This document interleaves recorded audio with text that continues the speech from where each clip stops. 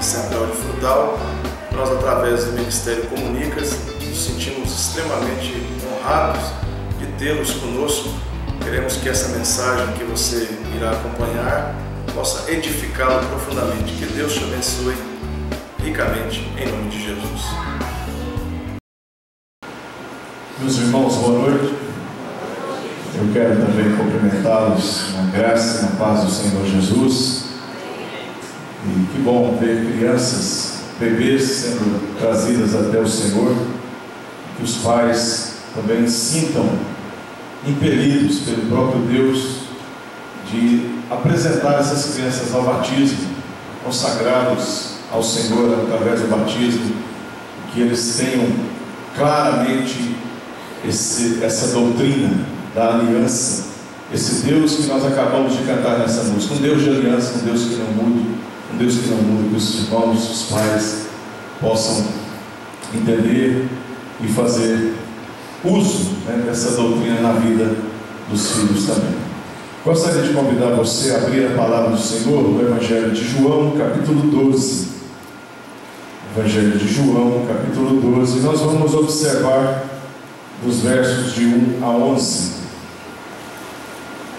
Evangelho de João, capítulo 12, dos versos de 1 a 11.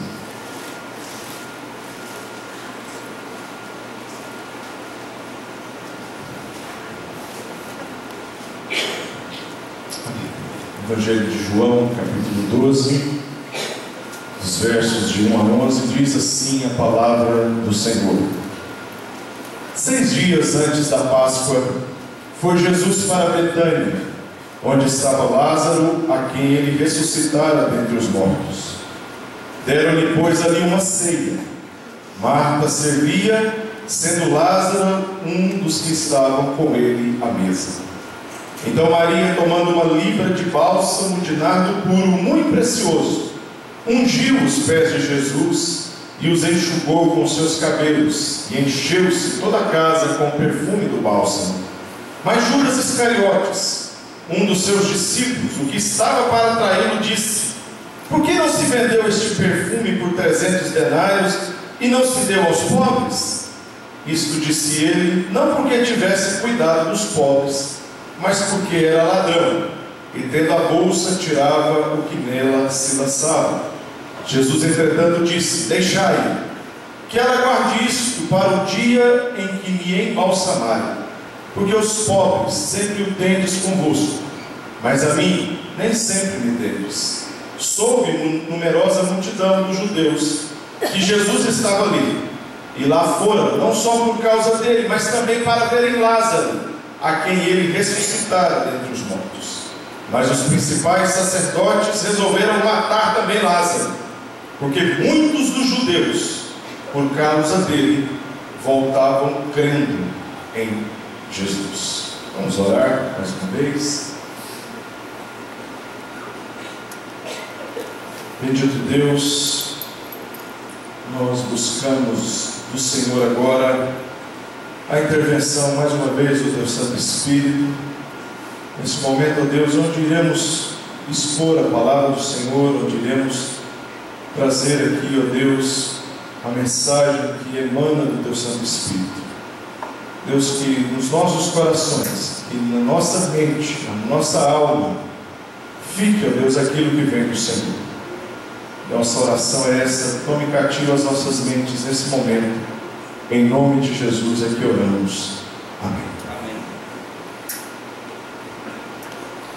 Eu, quando fui fazer a minha monografia no seminário, e quando nós somos seminaristas, nós queremos ganhar o mundo, literalmente. Eu me aproximei do meu professor, reverendo Tércio Rocha, e trouxe um tema muito difícil, muito amplo, muito complicado para ser expressado através de um trabalho de monografia. E ele muito sabiamente disse: Hugo, esse tema que você está querendo trabalhar, ele é um tema muito relevante, mas ele é para frente um pouquinho do seu ministério. Acalme o coração um pouco E por que você não faz um trabalho sobre um tema que poucos fazem e que tanto carecemos de informações e reflexões sobre ele? Eu falei assim: reverendo, qual é o tema? Por que você não faz um trabalho sobre as marcas de uma verdadeira igreja? Todos nós, seminaristas, pastores, conhecemos as marcas de uma verdadeira igreja. E eu olhei para ele: pastor, mas isso é tão simples, isso é tão comum para trabalhar. Será que realmente seria relevante usar esse tema para essa monografia? Ele falou: olha, as coisas mais simples são aquelas que mais perdemos de vista. E eu peguei a palavra do reverendo Tércio e embrenhei nessa pesquisa as marcas de uma verdadeira igreja. As marcas de uma verdadeira igreja, segundo os reformadores, segundo a teologia reformada, é a fiel exposição das Escrituras, a correta administração dos sacramentos e a disciplina eclesiástica. Uma igreja contendo essas três características: fiel exposição das Escrituras, a correta administração dos sacramentos e a administração da disciplina eclesiástica, ela possui as marcas de uma verdadeira igreja. E eu fiz a pesquisa, fiz uma pesquisa de campo na cidade de Anápolis e visitei todas as igrejas presbiterianas. Eram 15 igrejas presbiterianas. Tive a oportunidade de fazer entrevistas com os pastores, presbíteros, membros, e chegamos ao resultado da pesquisa. Foi muito interessante. E isso me despertou um outro lado. Após essa monografia, eu me apliquei a estudar sobre a eclesiologia, a doutrina da igreja. E, recém-ordenado pastor, lendo acerca das várias vertentes de metodologias para crescimento de igreja, para trabalho de igreja, eu fui atrás de tudo que os irmãos possam pensar sobre metodologia para aplicação na vida da igreja. Participei de vários congressos, de vários estudos, de vários treinamentos, tenho vários volumes de muitas metodologias de crescimento de igreja, de trabalho com igreja, e de uma certa forma, num período aí de quase 10 anos, me dediquei a fundo em metodologias para a igreja.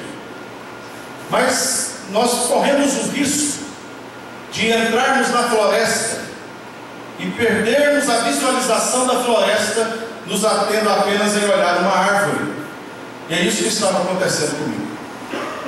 Focado apenas no método, focado apenas numa forma de fazer e como fazer, me esqueci de que, na verdade, o Senhor Deus, o Senhor da igreja, Ele não utiliza métodos, mas Ele utiliza homens.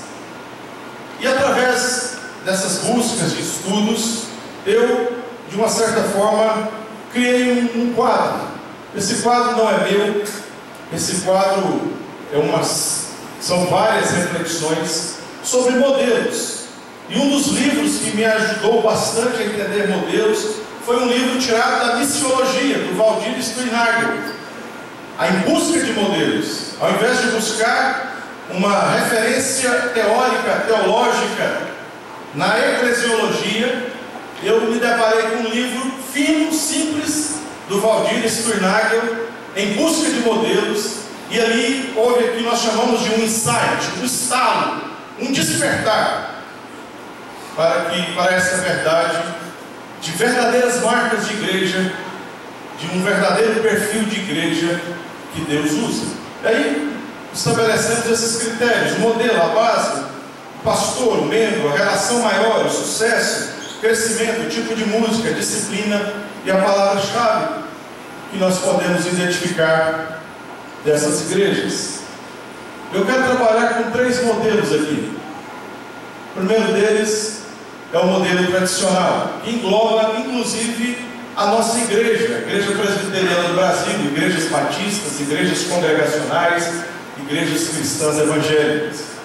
A base das igrejas tradicionais são a sua tradição, o costume, a forma como as coisas são feitas, por causa de que algo foi feito lá atrás e ninguém questiona e se mantém essa mesma base. O pastor, no modelo de igrejas tradicionais, ele é visto como uma espécie de capelão. Ele atende às necessidades urgentes da sua comunidade. O membro de uma igreja de modelo tradicional, normalmente ele é visto como um paciente, onde o pastor sempre tem que estar presente, acudindo ali às suas necessidades. A relação maior em igrejas tradicionais entre pastor e membro se dá através da visitação. O sucesso em igrejas tradicionais está no bem-estar dos membros. Então está tudo tranquilo, está tudo em paz. A igreja está em paz, está todo mundo tranquilo, está tudo ótimo. Então esse é o modelo de sucesso das igrejas tradicionais. O crescimento das igrejas tradicionais, na sua grande maioria, é um crescimento biológico. Nasce um, nasce dois, morre um, menos um, a igreja cresceu um. Então, normalmente, as igrejas tradicionais como um todo possuem um crescimento apenas biológico. A maioria das igrejas tradicionais do nosso país se utiliza das músicas que foram músicas tremendas e impactantes do século 17 e 18. E tem muitas igrejas tradicionais que não permitem cantar músicas contemporâneas, músicas mais atuais. A disciplina em igrejas tradicionais, na sua grande maioria, ela equivale à eutanásia. O irmão que foi pego em pecado, confessou o seu pecado, foi advertido e disciplinado, na sua grande maioria, em igrejas tradicionais, ele quase morre. Porque muitas vezes ele é deixado à sua própria sorte, tentando buscar por ele mesmo a sua restauração. E a palavra-chave de igrejas tradicionais é manutenção. Vamos manter o que está dando certo para que a gente possa avançar. Mas existe um outro modelo, que eu posso chamar de um modelo empresarial. O modelo empresarial, a base de igrejas que tem esse perfil é o pragmatismo. É aquilo que dá certo. É aquilo que o mercado consumidor evangélico busca. Se é milagres, vamos fazer milagres. Se é prosperidade, vamos falar de prosperidade. Se é a tônica de curas e maravilhas, então vamos falar de curas e maravilhas, porque a base nossa se mantém no apelo das ruas e não naquilo que emana da palavra de Deus. O pastor, ele não é um capelão como no tradicional, ele é uma espécie de palestrante motivacional e um guru. Ele vem para o culto não para abrir as escrituras, mas ele vem para o culto para imprimir nos seus ouvintes uma injeção de ânimo, para que eles possam vencer a vida, que é muito difícil, e muitos deles são como gurus, são intocáveis, estão distantes, e ali delibera as suas ordens. O membro em igrejas desse perfil, ele é um cliente, um consumidor, que vai de igreja em igreja buscando a melhor forma, a melhor mensagem, o melhor louvor para o seu paladar. O tipo de relação maior dessas igrejas que tem perfil empresarial é o evento. Coisas de impacto, coisas que possam impactar. E vemos uma grande superficialidade, mas vemos grandes eventos de impacto. O sucesso de igrejas empresariais está no número. Minha igreja tem tantos membros, minha igreja avançou tantos membros. E normalmente, modelos empresariais, você vai sempre ouvir quantos membros ela tem. O crescimento de igrejas empresariais é um inchaço, porque não tem controle de membro, é um entra e sai sem fim. Então, entra muita gente, sai muita gente. Tem períodos do ano que a igreja está lotada de pessoas, tem períodos do ano que a igreja está vazia.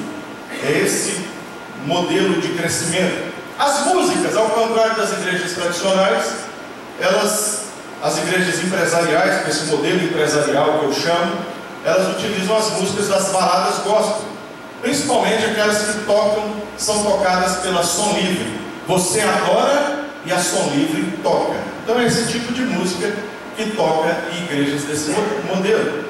Na disciplina não existe.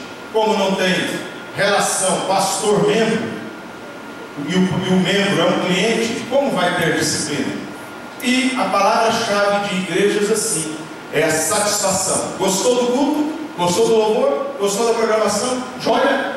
Te espero na próxima. Esse é o modelo de uma igreja empresarial. Mas existe também o modelo bíblico, o modelo que emana da palavra de Deus. E eu creio que é esse que nós devemos olhar e buscarmos do Senhor a direção. A base de igrejas bíblicas está na natureza da igreja. O Senhor Jesus e o apóstolo Paulo muitas vezes usou metáforas para imprimir modelos de igreja. É como uma semente que é plantada, é como um corpo humano, é como um edifício. A natureza da igreja, a base de uma igreja bíblica está na sua própria natureza. Ela é um projeto de Deus, ela não é um projeto humano. O pastor de igrejas bíblicas, primeiramente ele é um arauto. Um arauto é aquele que traz uma mensagem que não é dele. Ele fala de uma autoridade que não é dele, mas ele transmite uma autoridade, uma palavra que vem de outro. E ele também é uma espécie de mentor. O mentor é um aluno que está um semestre à frente. Eu lembro quando eu fazia medicina e eu fui mentor de anatomia. Eu estava no primeiro ano de medicina, no segundo período, e eu era mentor de anatomia do primeiro período. E o pastor bíblico é assim. Ele é um aluno que está um semestre à frente, ajudando os outros alunos a crescerem na matéria chamada discipulado. O membro de uma igreja bíblica, ele é um discípulo que segue as pegadas do Mestre Jesus. A relação maior de uma igreja bíblica, ela não está tanto na visitação e nem no evento. A maior ênfase de uma igreja bíblica está no ensino da palavra, porque é ela que gera o crescimento, é a palavra de Deus que gera o alimento. O sucesso de igrejas bíblicas está na maturidade do seu povo, e não no inchaço e nem no bem-estar. O crescimento de uma igreja bíblica, ela é integral.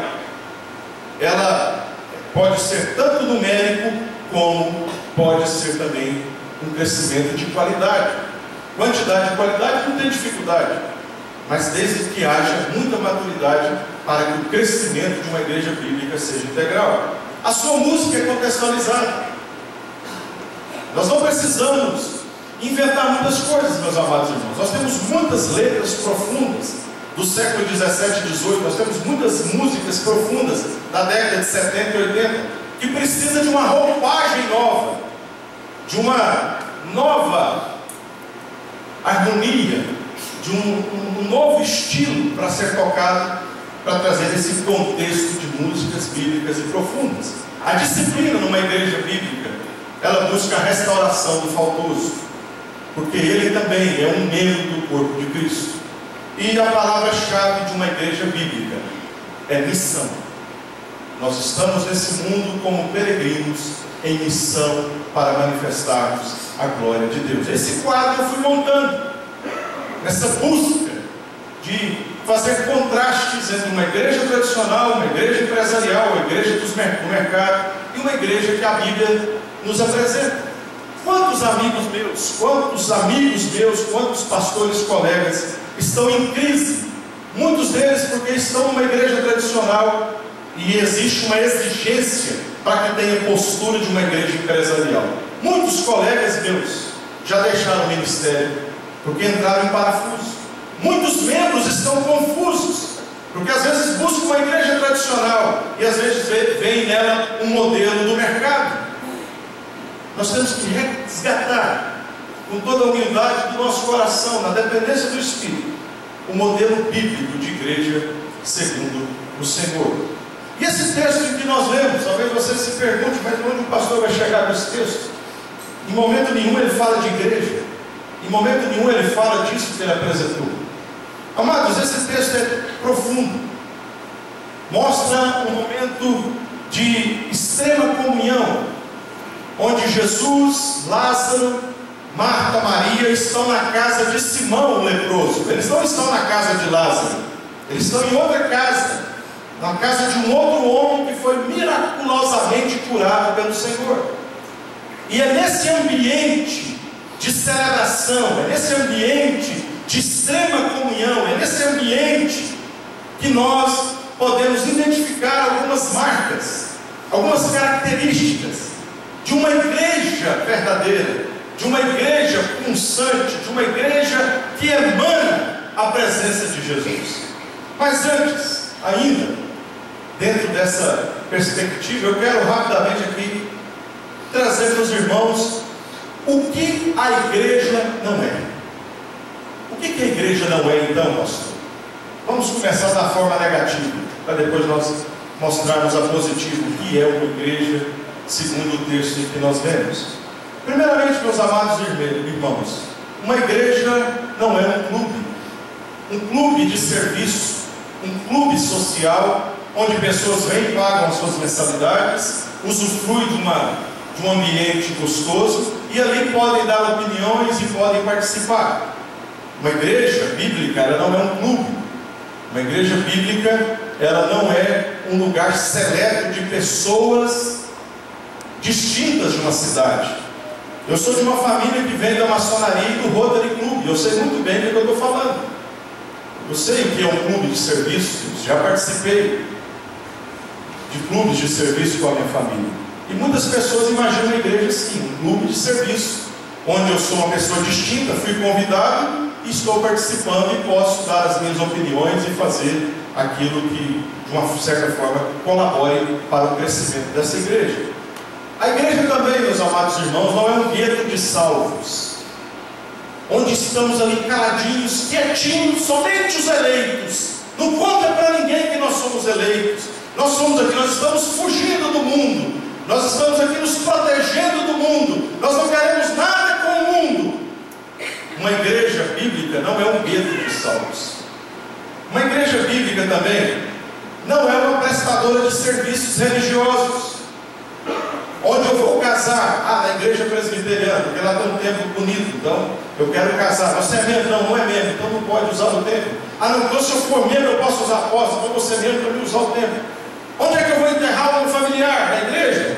Onde é que eu vou fazer a minha festa de aniversário do meu filho? É nas dependências da igreja. Eu preciso de cesta básica, eu preciso de um recurso para mandar alguém para uma casa de recuperação. A igreja faz tudo isso, a igreja é incluída em fazer tudo isso, mas uma igreja não é uma prestadora de serviços. Uma igreja também não é um supermercado, onde eu entro com o meu carrinho e vou pegando da prateleira somente aquilo que eu gosto. Não, eu gosto do louvor, eu gosto da palavra e eu gosto da célula. O resto eu não gosto não. Eu gosto da SAF, eu gosto das reuniões de oração. O resto não me interessa. Uma igreja não é isso. Uma igreja não é um supermercado onde eu pego produtos do meu gosto particular. Uma igreja também, meus amados irmãos, não é uma casa de shows, onde eu venho expressar e demonstrar o meu talento e receber aplausos para inflar cada vez mais o meu ego. Igreja não é um lugar de espetáculos. E igreja também não é uma sala de obstetrícia, onde se fazem apelos para conversões, as pessoas convertem ao Senhor Jesus e são abandonadas, deixadas. Eu tive a oportunidade de trabalhar na obstetrícia. O quão dependente é um bebê. E muitos de nós queremos igreja cheia, queremos a igreja transbordando, queremos que vidas venham à frente. Mas nós às vezes esquecemos que a igreja não é apenas uma sala de obstetrícia. A igreja tem todo um aparato para produzir crescimento desse membro, nessa pessoa que fez uma decisão por Cristo Jesus. Mas vamos então para a parte boa, a parte positiva, a partir desse texto que nós lemos aqui, desse jantar tremendo, maravilhoso, onde nós temos a pessoa de Jesus. O que uma igreja é? De acordo com esse texto que lemos de João 12, de 1 a 11. A igreja é um lugar de ressurreição, meus amados irmãos. Igreja é um lugar onde a presença de Jesus, o poder de Jesus, vem na vida de um pecador e o transforma, e o restaura, e o livra da morte. Nós vemos isso claramente no versículo 1. Literalmente, Lázaro foi ressuscitado. Lázaro estava morto, mas com a presença de Jesus, com a palavra de Jesus, com o comando de Jesus, esse homem saiu da morte e voltou para a vida. Quando como esse já ouviram a palavra do Senhor Jesus e foram retirados da morte para a vida, restaurados na sua fé, restaurados na sua comunhão. Igreja é lugar onde há ressurreição, onde há conversão, onde há transformação de vidas. Uma igreja verdadeira é um lugar onde as pessoas estão prontas a servir. Interessante no versículo 2, nós não estamos na casa de Lázaro aqui, nós estamos na casa de Simão o leproso. Isso está em Mateus capítulo 26. E é interessante que Marta, a mesma que servia na sua casa, está servindo aqui também na casa de Simão. Igreja é lugar onde as pessoas servem umas às outras, independente se estão no seu círculo de intimidade, independente se estão no seu círculo de influência. Igreja é lugar de servir com todo o coração. Eu fico imaginando Marta. Eu tenho um perfil de Marta na minha mente, uma mulher muito severa, muito séria, muito aciada, e ela estava na casa de um ex-leproso, e naquela época tudo que o leproso tocava era imundo, mas ela não levou isso em consideração, porque Jesus estava presente, e onde Jesus está presente, o pecador é purificado, e todas as coisas são purificadas. Por isso que ela serve com toda a intensidade da sua alma. Igreja é lugar de serviço, de colocar os meus dons, os meus talentos, aquilo que eu tenho para a glória de Deus. Igreja também, meus amados irmãos, é lugar para nós darmos o nosso melhor, aquilo que é excelente, aquilo que custa muito. No versículo 3 nós vemos Maria, a irmã mais nova de Lázaro. Eu fico imaginando essa moça, porque ela era solteira ainda, e esse perfume, esse nardo, fazia parte do seu enxoval. E ela vendo seu irmão Lázaro ressurreto, ela vendo Simão o leproso curado, ela vai na sua casa, ela abre a sua caixa de enxoval e pega o que mais ela tinha de precioso, o mais excelente dela, e deposita nos pés do Senhor Jesus. Igreja é lugar de nós depositarmos aquilo que nós temos de melhor, e não o restolho, e não aquilo que sobrou do meu tempo, mas o melhor da minha alma. Mas igreja, meus amados irmãos, também é lugar de juízo, onde o Evangelho de Jesus é pregado, onde a palavra de Deus é ensinada de forma profunda e verdadeira. Dois efeitos ocorrem. Um é a salvação, que nós vemos aqui no versículo 1, a ressurreição. E o segundo é juízo. Não nos enganemos, meus amados irmãos, porque quando o Evangelho é pregado, o Senhor abre corações, mas o Senhor também fecha corações, para que o juízo dele possa vir sobre a pessoa. E é o caso de Judas. Igreja é lugar de gente que não é convertida. Igreja é lugar de pessoas ímpias. E o exemplo está em Judas. Judas olhou a doação de Maria, falou: por que ela não pegou esse negócio e vendeu? Era 300 denários, é muito dinheiro, podia colocar como oferta na bolsa do Senhor Jesus, eu ia pegar minha comissão de 30%, ia ficar tudo certo. Igreja, quando o Evangelho é pregado, produz juízo também, meus amados irmãos. O Evangelho, ele produz salvação, mas o Evangelho produz juízo. É a ideia de Paulo. O apóstolo Paulo traz essa ideia. O Evangelho produz dois tipos de cheiro: cheiro de vitória e cheiro de morte. Ele traz a lembrança quando os grandes generais romanos voltam das suas incursões de batalhas e passeiam em passeata lá nas ruas de Roma. Quando os generais vinham à frente com as suas vigas, com seus exércitos, a multidão romana jogava flores, e à medida que aquelas flores eram jogadas e que eram esmagadas pelas rodas das carruagens e pelos cascos dos cavalos e pelas botas do soldado, subia um aroma agradável de flores. É o cheiro de vitória. Mas para os escravos, aqueles que foram presos durante a batalha, que seriam executados e crucificados pelas ruas de Roma, aquele mesmo cheiro de vitória, era cheiro de morte. O Evangelho produz dois tipos de cheiro: produz cheiro de vitória, mas também produz cheiro de morte. Mas a igreja também é lugar de testemunho. No versículo 9 nós vamos ver várias pessoas querendo ver Lázaro, querendo ver o que Jesus fez com ele, querendo ver o que Jesus fez por Lázaro. Que testemunho surpreendente! Quantos testemunhos surpreendentes nós não temos aqui na nossa igreja? Pessoas que foram retiradas da morte, pessoas que foram novamente colocadas na vida em Jesus Cristo, que têm testemunhos tremendos. Quantos não estão aqui, pela graça de Deus, impelidos por testemunhos poderosos? Igreja é lugar de testemunhos tremendos, de pessoas que tiveram encontros com Jesus. E a igreja, meus amados irmãos, no versículo 11, é lugar da presença de Jesus. Quem estava naquele jantar em Betânia? Jesus. Quando nós participamos da ceia do Senhor, esse sacramento, nós cremos que não é apenas um memorial, mas nós cremos que o Senhor Jesus está aqui conosco.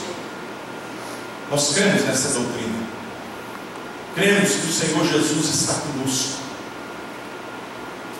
Isso é algo profundo, tremendo, porque nós iremos participar espiritualmente do seu corpo e do seu sangue, e Ele está conosco. Igreja verdadeira é uma igreja que tem a presença de Jesus, e onde Jesus está, a tristeza, o choro, o rancor, a discórdia, a discordância some, para que haja um bom banquete, como estava havendo ali na casa de Simão. Jesus estava 6 dias da sua crucificação, para se derramar em favor de muitos. Mas onde Jesus está, a vida, a transformação. Eu quero encerrar, meus amados irmãos, lendo um versículo que me despertou profundamente nessa busca de modelos, nessa busca de uma igreja bíblica, nessa busca de não apenas olhar para metodologias, mas para olhar para a maior de todos os métodos, que é a palavra de Deus, e buscar em oração o espírito quebrantado: Senhor, por onde andar? E o texto é Atos 2, os versos 42, 43 e 47. E perseveravam na doutrina dos apóstolos, e na comunhão, no partir do pão e nas orações. Em cada alma havia temor. Nós vemos aqui, amados, no versículo 42 e no início do 43, as 3 marcas de uma igreja verdadeira. Havia pregação da palavra, perseveravam na doutrina dos apóstolos, pregação fiel das Escrituras. Havia também a administração correta dos sacramentos, na comunhão, no partir do pão. Só podia participar dos sacramentos quem estava em plena comunhão com o corpo de Cristo. E temor. E isso me remete à ideia da disciplina. Disciplinar, amados, não é só levantar o erro da pessoa. Disciplinar é dizer para o faltoso que Deus está diante dele. Corandel, diante da face de Deus, nós estamos. Nós vemos as 3 marcas aqui. E em cada alma havia temor. E aí há louvor, louvando a Deus e contando com a simpatia de todo o povo. Se vocês perceberem esses versículos, meus amados irmãos, e olharem com delicadeza, nós não vamos ver nenhum método humano aqui sendo utilizado. E o resultado é incrível. Enquanto esse povo perseverava nas doutrinas, na palavra de Deus, enquanto esse povo fazia discernimento do corpo, participando dos sacramentos, enquanto esse povo tinha temor, sabendo que o Senhor estava presente, enquanto acontecia isso na vida de uma igreja, o Senhor acrescenta os que são salvos. É isso que a palavra fala.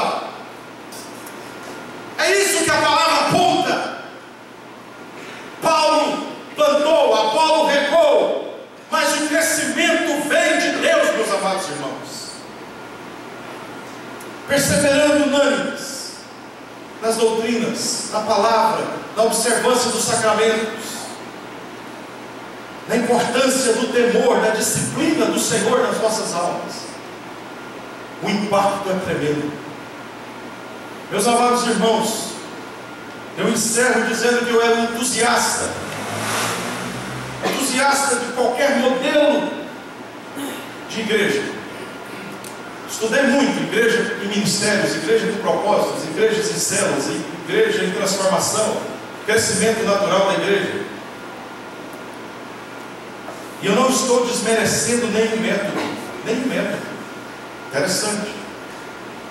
Mas abrindo meu coração para os irmãos, enquanto o nosso coração estiver na metodologia humana, enquanto o nosso coração estiver na capacidade humana de realizar a obra de Deus, nós não vamos ter crescimento, nós vamos ter inchaço. Essa semana eu recebi um livro de uma pessoa muito querida, muito entusiasmada, mandou um livro para mim sobre crescimento de igreja, que ela sabe que eu gosto. E lendo o livro, discernindo o livro, eu percebi tanta coisa humana, métodos de relações humanas, métodos de administração, métodos de marketing, misturado com alguns versículos bíblicos para dar uma sustentação teológica. Eu olhei para aquele livro e falei: esse aqui vai ser um daqueles que eu vou guardar de trás da estante, porque não me interessa mais. As marcas de uma igreja, meus amados irmãos, elas nascem quando a presença de Jesus é viva e transformadora nos nossos corações. Vamos orar. Pai, nós te bendizemos por tua santa palavra, te glorificamos por ela, Deus, porque o Senhor é aquele que trouxe ela a nós. Espírito Santo de Deus, o Senhor é aquele que fala, que convence, que mostra o caminho. Nós queremos ser igreja verdadeira, Senhor. Igreja bíblica, transformadora, que foi transformada. Em nome de Jesus, Pai, nos livre, em nome de Jesus, nos livre de toda artimanha, de toda manipulação, de toda estratégia que emana de corações humanos. E nos dê uma sensibilidade a cada um de nós que somos membros dessa amada igreja, de olharmos para a santa palavra e dela, Deus, buscarmos a direção para o crescimento do teu povo nesse lugar. Pai, eu te louvo, porque o Senhor é aquele que impele o nosso espírito para falar a tua palavra. Que a tua palavra chegue aos corações aqui, não a minha palavra, mas que a tua palavra chegue. É a minha oração nessa noite, em nome de Jesus. Amém. Que Deus nos abençoe.